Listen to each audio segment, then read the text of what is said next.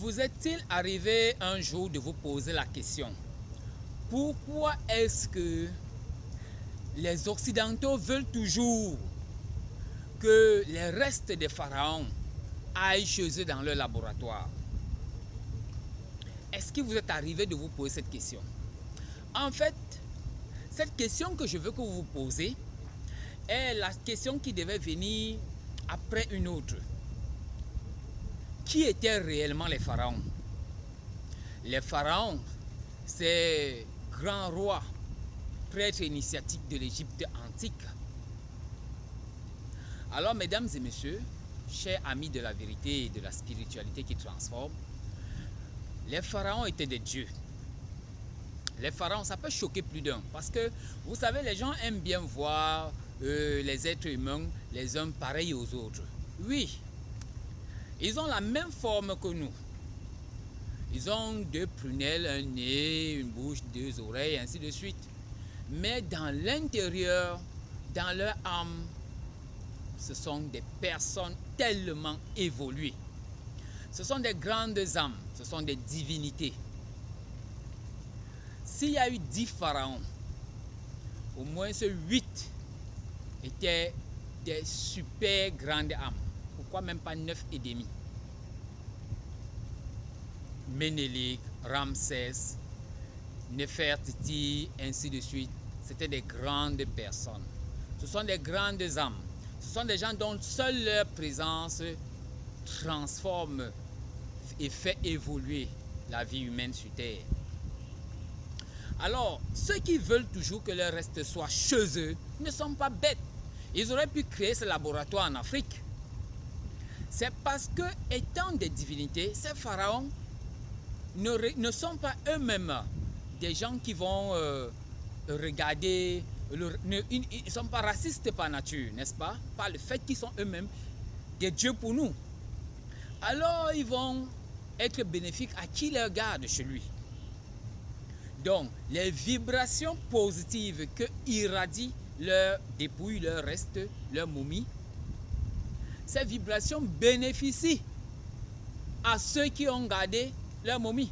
Oh, mais les Africains ont laissé emporter leur momie. En fait, je ne sais pas si nous avions le choix. Mais comme leurs momies sont parties, elles sont utiles à ceux qui les gardent. Bien entendu, certains parmi ceux qui les gardent creusent en fait également leur tombe en gardant ces momies. Tout simplement par l'ignorance, parce que lorsqu'ils ont gardé ces momies et qu'ils ne respectent plus le protocole, il arrive que le fait de passer, découper un doigt pour aller examiner au microscope, découper une chevelure pour aller, cela leur porte et leur portera toujours préjudice. Vous avez vu toujours la plupart de ces égyptologues qui finissent mal. Parce que lorsqu'ils entrent dans des pyramides, ils vont violer ceci, ils vont violer cela. Ils le savent, mais comme ils veulent à tout prix laisser leur nom sur la terre, et de quelle façon? En violant les lieux sacrés, ce n'est pas la bonne façon. Parce que justement, il manque de connaissances pour pouvoir comprendre les symboles mystiques et cosmiques qui se trouvent dans ces lieux sacrés qui sont des pyramides. Parce que oui, les pyramides sont des lieux sacrés. C'est des lieux sacrés. Donc voilà ce que nous pouvons dire.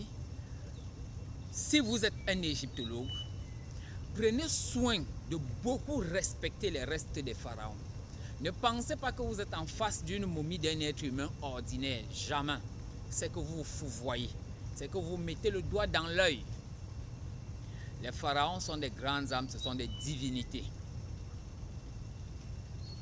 Et rien qu'à regarder leur travail, leurs travaux, je voudrais dire, vous comprenez qu'ils sont au-dessus de la race humaine par leur intelligence.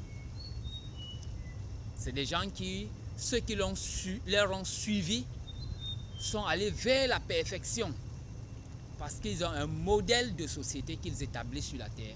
Ce modèle que si les gens suivent, ce modèle va aider le genre humain.